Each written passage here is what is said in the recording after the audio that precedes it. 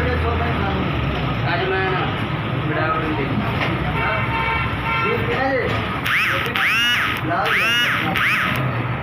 लावन से मां ने लान बड़ी 2 दिन हो गए, 2 खराब हो जाता है। मां यार का बार एक पैर दे देना जी, काट देना जी, निशान ये पड़